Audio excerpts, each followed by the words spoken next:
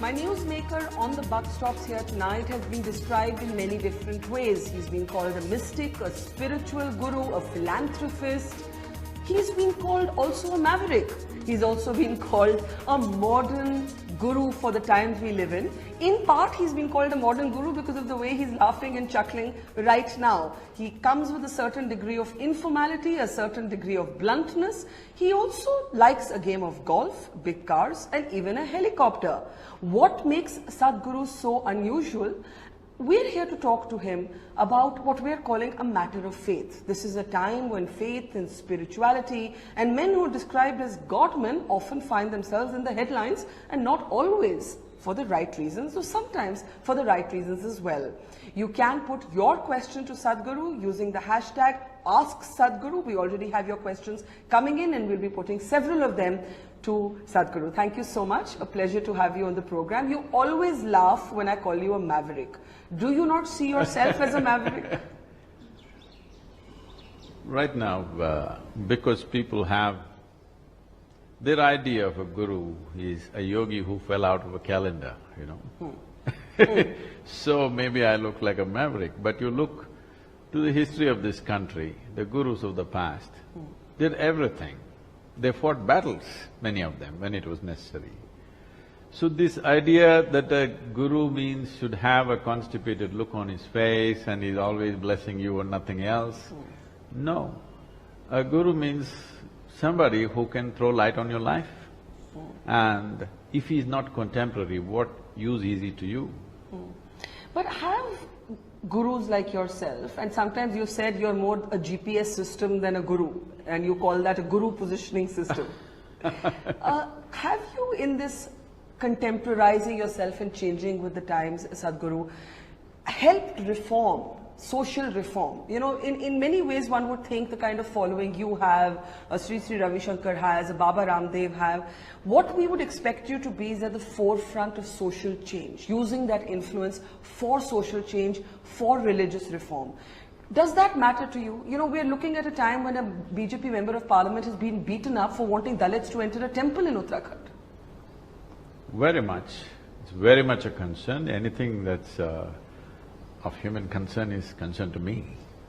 So the question is, do you want a solution or do you want to revel in the problem? That's a question.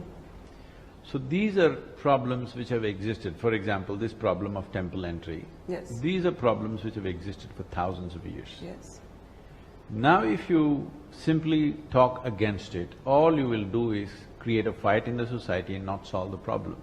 We have other ways of solving the problem. Which are what? Like for example, I'll tell you, initially when I first went to Tamil Nadu, we started rural programs, like inner engineering programs in the villages. So it was in somebody's home, some 150 people came in a local village. Next day I go, only some 65, 70 people are there. I asked what happened. They said, the problem was yesterday, the previous day after the program was over, we served a meal to everybody together. So they said, we can't eat with them, you made us eat with them, so there's no way they can come here. Because they were Dalits? Yes. So I said, if that's the thing, I'm not going to teach. I cannot teach in such an atmosphere, and I walked out of that house. He's in a large home. So there was a lot of resistance. Sadhguru walked out of our house, he was our guest and he just left like that and all this. Then I came back to the center and thought about this. This is a 1,000-year-old problem. Both are victims in their mind, if you look at it, because it's stuck in their mind, they think this is how it is. How is the side that keeps Dalits out the victim?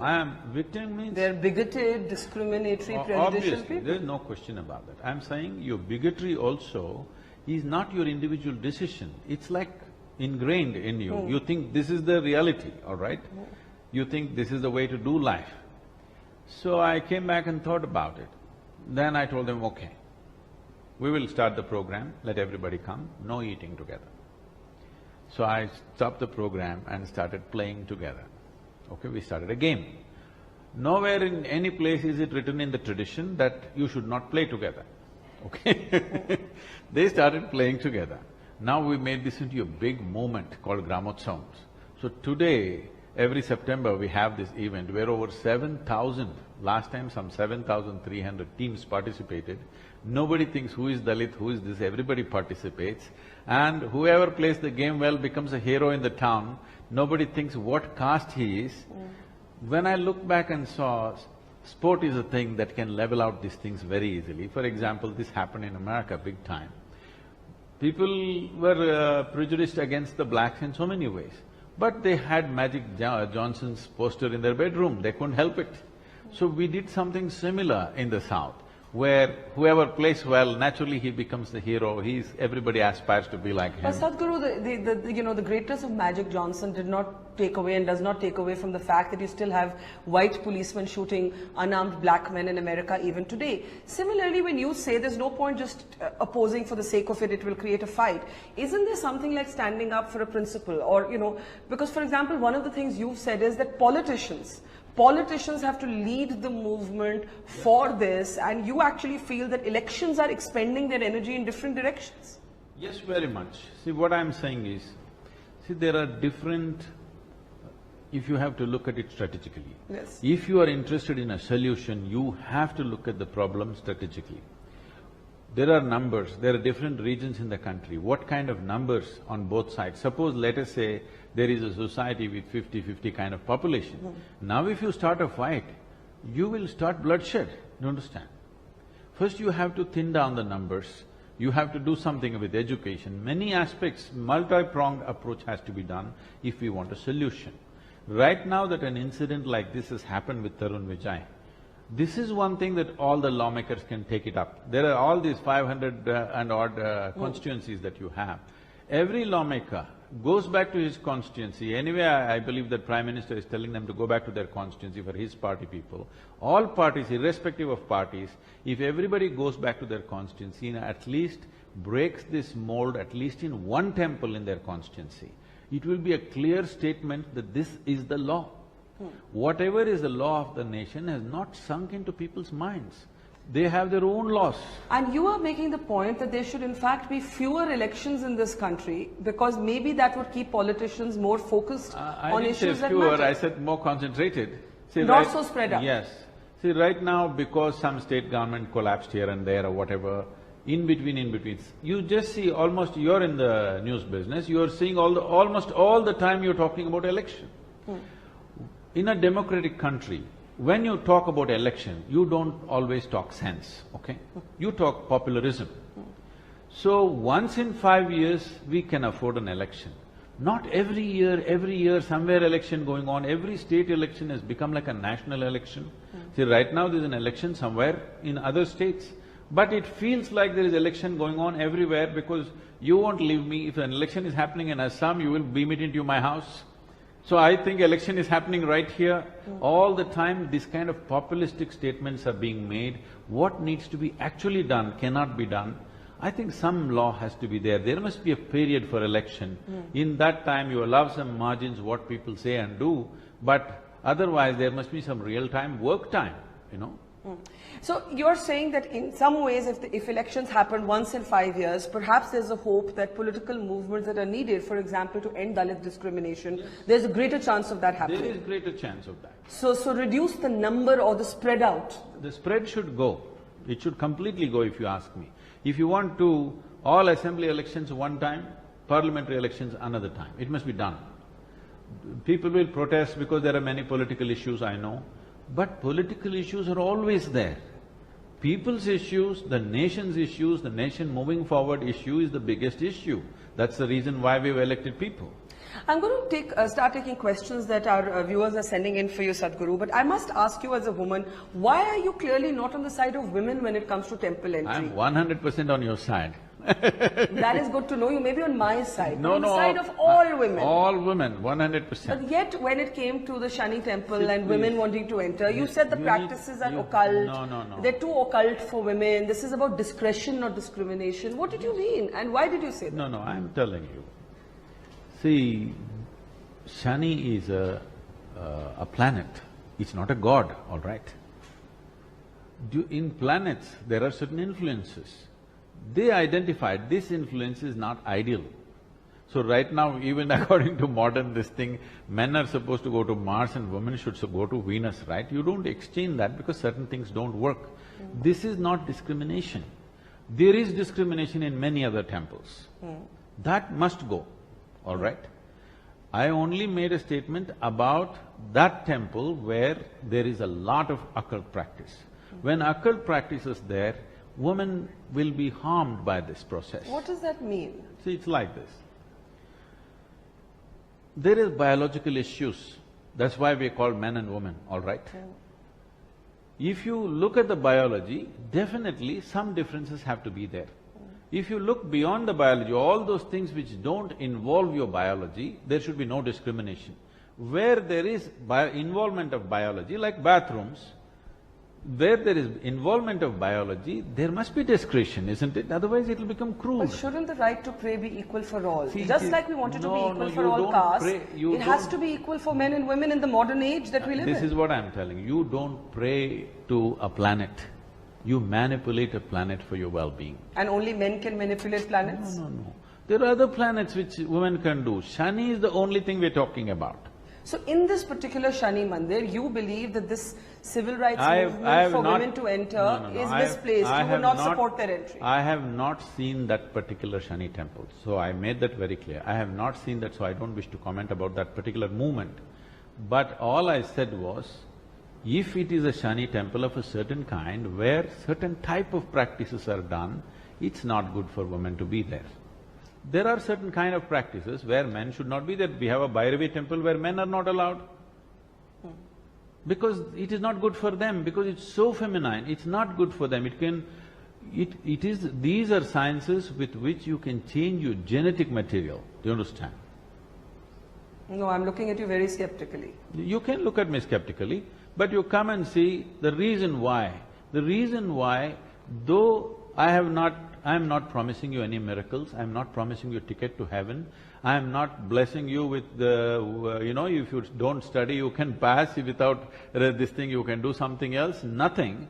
Why people are around me is because successfully we've done things for them, right?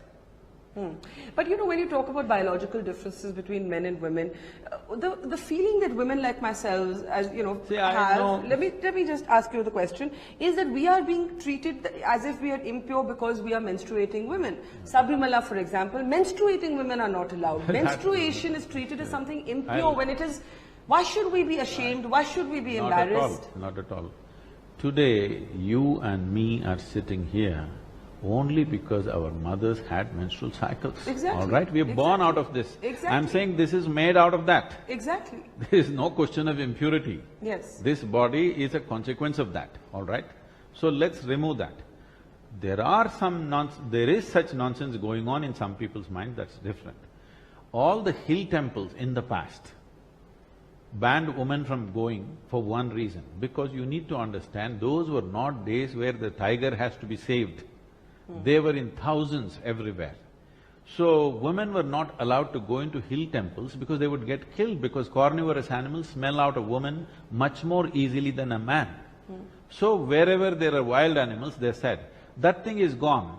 Because one thing is, tiger needs protection, it is not prowling all over the place. Another thing is, the women are not in the same condition as they were 1,000 years ago. They have all the necessary means to protect themselves right now. Those days, the situation was such that they told them, women should not come up this temple. It was not a taboo. It was just that, don't come up this mountain, it's dangerous for you. But what about a Haji Ali Dargah or a Sabrimala temple? What is the position somebody like you… Sabrimala temple is a hill temple for which they put that law at that time. Now it can definitely be relaxed. It should be? It should be. It should be. All hill temples, this should go, because today women are equipped with boots and stuff and whatever sanitary stuff, everything needed is there. So that law is no more relevant. That was just a precaution to protect her, but that protection is not needed anymore. She is as equipped as a man to go wherever she wants to go. So you're only saying in the Shani temples you don't support… Wherever there is strong occult practices, one should not go, it's not good. It's not good to go, I'm sorry. Well, we will have another debate about this, because I would feel in this day and age it should not matter. These things should not matter. See, whatever the day and age, The fundamentals of our existence has not changed. Don't think it's a privilege to be in the Shani temple. It is dark work, all right? You must be glad you're relieved from that. Most men will not go to Shani temple. Most men will not go. So I don't know how it became so popular. Like I said, we will have a fuller debate on this because I'm beginning to take questions now, and we are getting a question from Karthik. Karthik's question for Sadhguru is, as Hinduism is not a religion of the book, unlike the Abrahamic faiths, then how does Sadhguru define who is a Hindu and what makes a person a Hindu? And Sadhguru, you know that this has also become a very political discussion in the past, where the RSS chief suggested that everybody was Hindu, civilized, you know, when you look at the civilization, every Indian is Hindu. And a lot of the minority said, why? Why should we get up and call ourselves Hindu? What I'm going to say Yes. is going to go way ahead of whatever RSS might have said. I don't know what he said. In what way? I'm saying an earthworm born in this land is a Hindu earthworm. Now this is shocking from me. Yes, what does it mean? Let me tell you. Yes. Because the word Hindu comes from this, a land that lies between the Himalayas and the Hindu Sagara, which is today called as the Indian Ocean. So you're saying it's geographical? It is geographical. If you can call an elephant born in Africa as an African elephant, an earthworm born in this land is Hindu. First we must come to this because there is no particular belief that a Hindu can say, this is my belief. You can believe whatever you want and still be a Hindu because it's geographical. It's like being Indian. That's why we say Hindustan. When we said Hindustan, we did not mean a particular religion, we just meant the land. We became reverential about these two geographical features because we understood it was these two features which protected us and nurtured our civilization. But doesn't it have a different connotation today? Today, it may yes. have been geographical. See, how it is politically used is not my thing. All I am saying is, when we utter the word Hindu, we mean what happened in this geographical sphere. This was important because economically, culturally, civilizational-wise, even in terms of science, mathematics, astronomy, we were way ahead of rest of the world at a certain time. At that time, protecting ourselves was the biggest thing.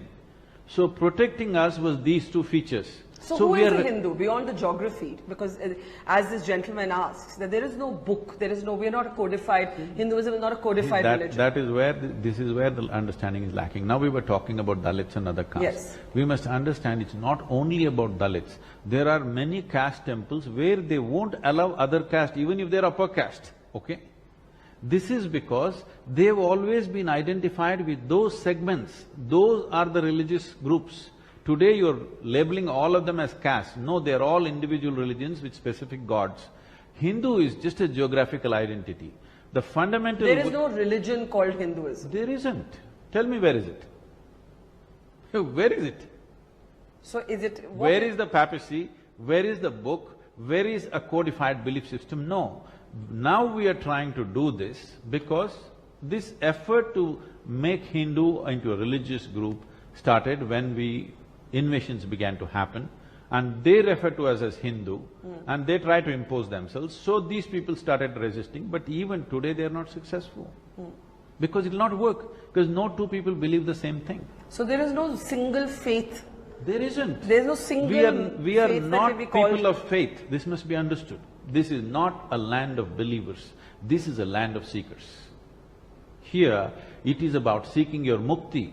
It is not about going to heaven. It is not about going and sitting in your God's lap. This is about mukti, liberation. So how does it, something that is so, in a sense even abstract and philosophical, get so politicized when you have, for example, conversions today, Sadhguru? They are a huge political controversy. Then you have the Ghar Vapsi campaigns which says bring Dalits back into the Hindu fold. But nobody knows what caste are they coming back to. Are they coming back to their own caste? Are they coming back to a higher caste? If there is no one Hindu faith, then what is the conversions controversy and what is the Ghar Vapsi? See, you need to understand this. Religion has always been used as another mode of conquest, everywhere in the world. Yes. All right? The only place, in spite of 1,000 years of invasion, which they could not conquer was this piece of land which we call as the Indian subcontinent, or India for that matter, right now. So right now there is a huge effort to conquer that. So there is resistance towards that. This all gets hyped as two different religions fighting. No, we don't want to be conquered by anybody because we've remained like this for 1,000 years. We managed this. When sword was put, when gun was put, we did not convert. Now money is doing it, so people are resisting it. But do you not think that the right to convert is part of religious freedom? It is. But how you do it is the question. So how do you know it's only for money? You could do it for belief. Definitely. Or you could do it if Dalits, that your own religion or what you were born into is cruel to you. It is very cruel. I'm telling you, the way we have been treating the people that we are referring to as Dalits, I don't want to use that word on any human being, Yes, okay? yes. Because the way we are treating a certain segment of our own population, if I was treated like that, I would also convert to something. Exactly. Yes. Exactly. But we have to change that. Conversion is not going to solve that problem because even there is segregation, again. See, why I'm telling you is, this is so organic and deep-rooted. The only way to solve this is, these people, the village people, most of the people that we call as Dalits today are landless people, over 95% of them. We must educate them and move them out of rural atmosphere. This is very important. Would you support big the right numbers. to convert? Would you support mass conversions? Why should there be a mass conversion? Because of the cruelty No. of one's If- faith or the if- freedom to propagate No, religion? I would say if individuals want to convert, it is 100% individual business. But mass conversion means some kind of coercion, some kind of something is Or a involved. political statement, like the Ambedkarites, for example, who See- converted to Buddhism. See, Ambedkar converted to Buddha's way of life. Let's not call it Buddhism because it's again not a belief system, it's a seeking. So all you right? have problems with mass conversions, not with individual conversions. My problem is only this. You are trying to put people against each other, which will be play out in a different way after some time. It And will- you're saying conversions do not solve discrimination. It doesn't solve discrimination and you will lead to a civil war over a period of time, believe me. If you keep putting people against each other like this for a while, let's say somebody is being ill-treated in this thing. So you convert them en masse. So they will become proactive. It will lead to a fight that you can't solve. Once within the country these fights start, it is not easy, believe me. We must know how to handle a population which is so diverse. We must bring a certain sense of comfort to everybody and everybody must settle down. Individual people want to do whatever they want, it's up to them. But Sadhguru, the problem is that we have issues, as you've also pointed out, perhaps because our politicians are always in campaign mode. that- Election mode is a wrong way to be for a nation. It's a wrong way to be because no sense will come of those situations. I agree with you, but look at the next question that's coming in for you.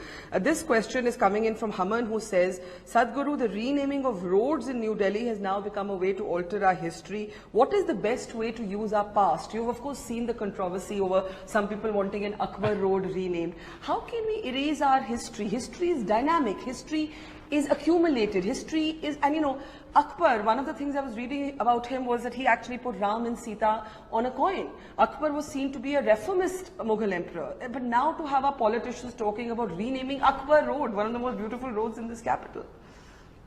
I don't think you should rename Akbar Road because Akbar has made his contributions no matter what religion he belonged to, okay? But you definitely have to remove Aurangzeb's name, all right? Because of the cruelty that's happened. It is like asking now Israel to name one of the streets after Adolf Hitler. That would be cruel. But are you Only- comparing Akbar with Hitler as No, China and not- the not BJP at- did? not But Akbar, Aurangzeb you are. Not Aurangzeb, I'm saying. Aurangzeb and Taimur Lane, you can't name them after your this thing. Tomorrow your children think they are your heroes.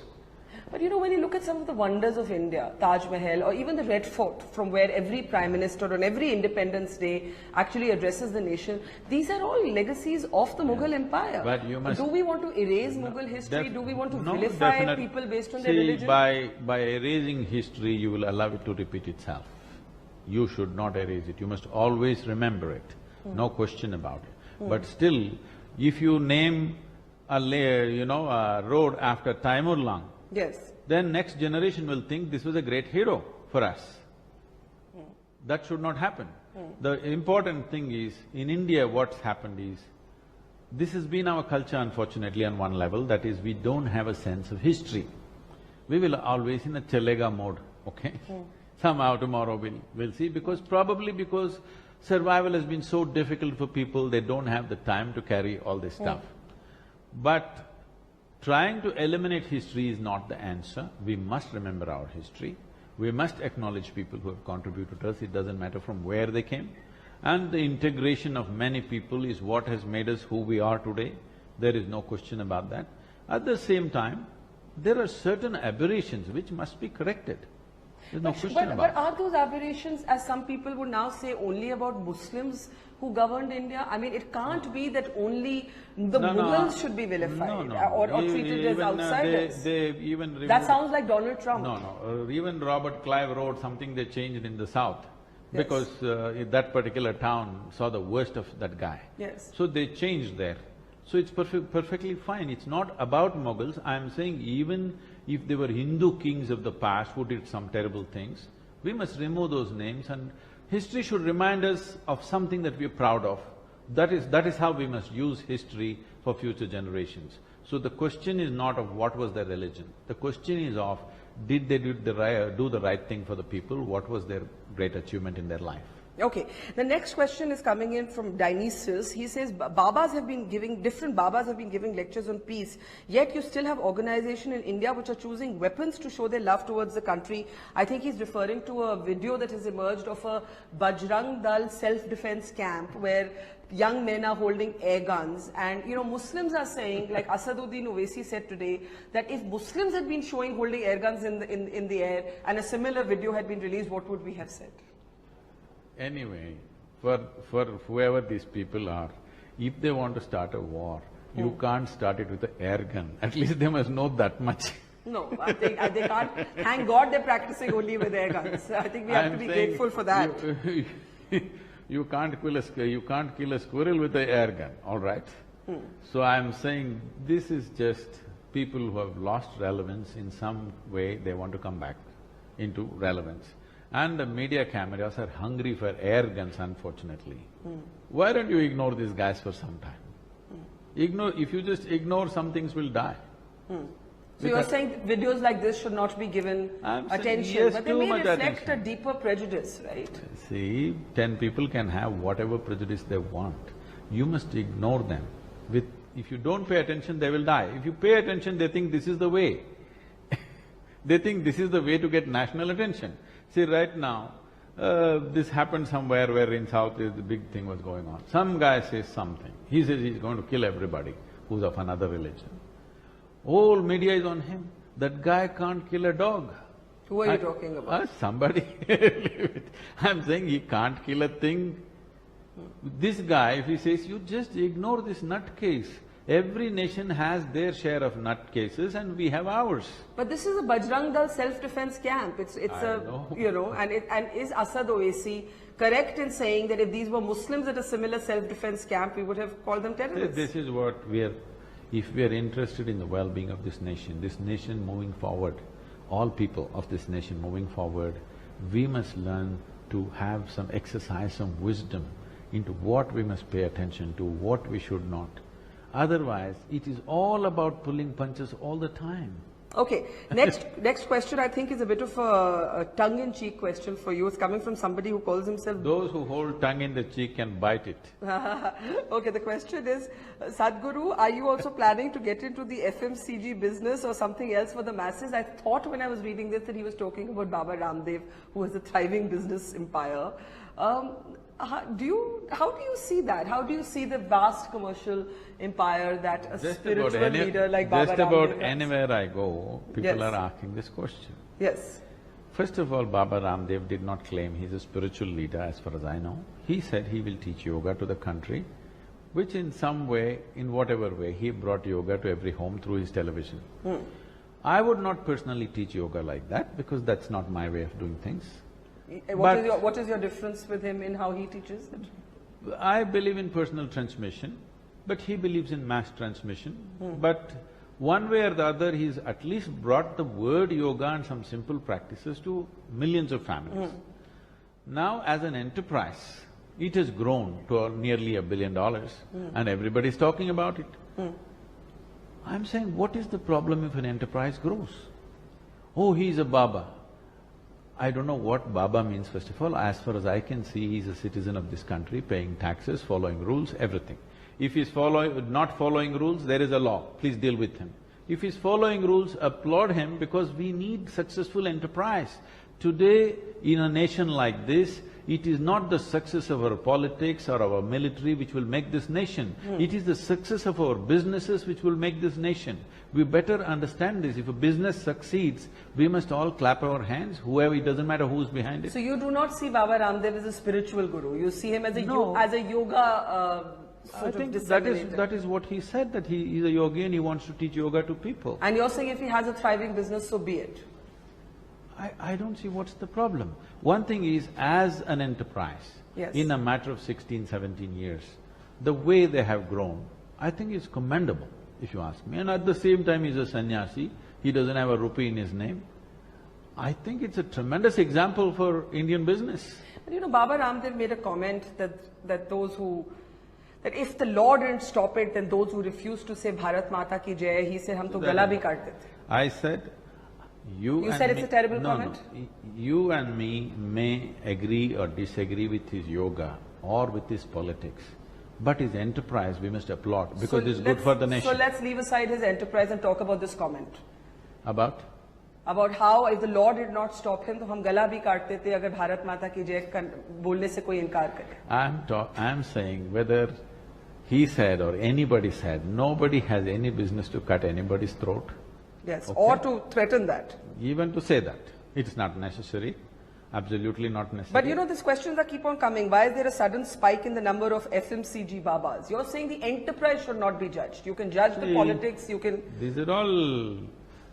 I think people who have not done anything successfully in their life are talking like this, because they don't know what it takes to do something, a large-scale successful activity. They don't know what dedication and what involvement it takes. It doesn't just happen. But this comment or his involvement in politics, do you believe that Babas should be involved in politics? And do you think it hurts the credibility of even, you know, gurus like you, where people say, God man kaun hai or con man kaun hai? There are con men. I don't know who are God men. There are goddamn men all over the place. And there are men, okay? If you are a con man, there is a law. If you are a goddamn man, you will become irrelevant anyway. If you are a man, you do whatever you think is the right thing within the laws of the nation. So clearly you do not agree with the kind of language that Baba Ramdev used on Bharat Mata ki Jai. What is your own view on Bharat Mata ki Jai?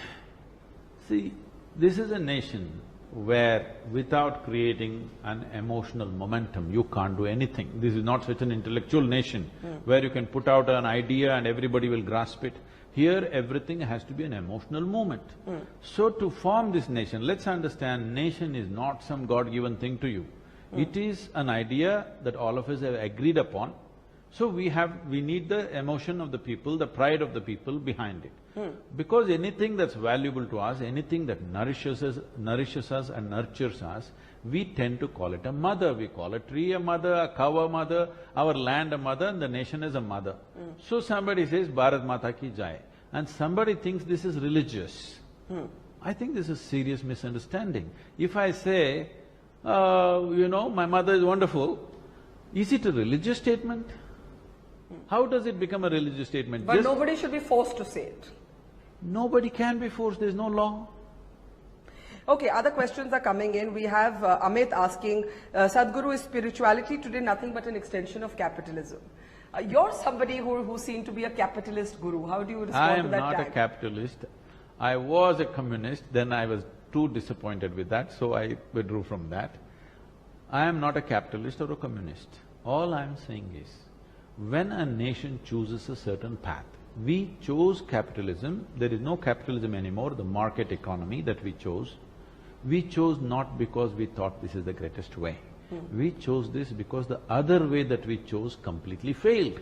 Miserably we failed. We kept generations, 2 generations after independence in poverty. I want you to understand, all these people who are continuously talking against success of anything, they need to understand 3/4 of a billion people in last 2 generations, they passed their lives without any opportunity. Now we are sitting on a threshold, we made up our mind at last in 1998 that this is not the way to go, let's change into market economy. Now we change, if little success comes, we want to step back. All I am saying is, once you choose a path, your foot must be on the gas, 100%. Okay. Every day you rethink this, how to make anything a success. This is why I'm saying these comments are made by people who have not done anything successfully.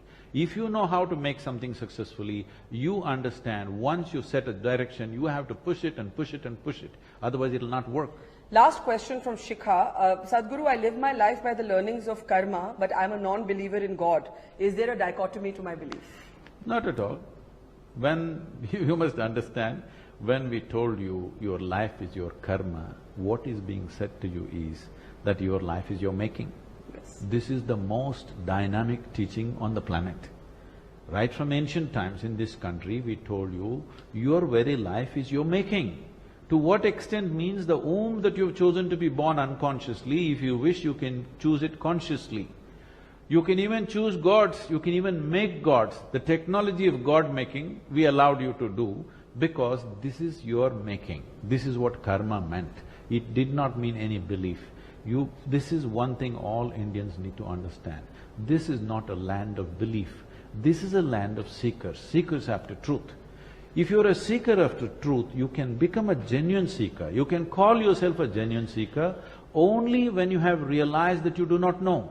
If you have assumed anything, you can't be a seeker.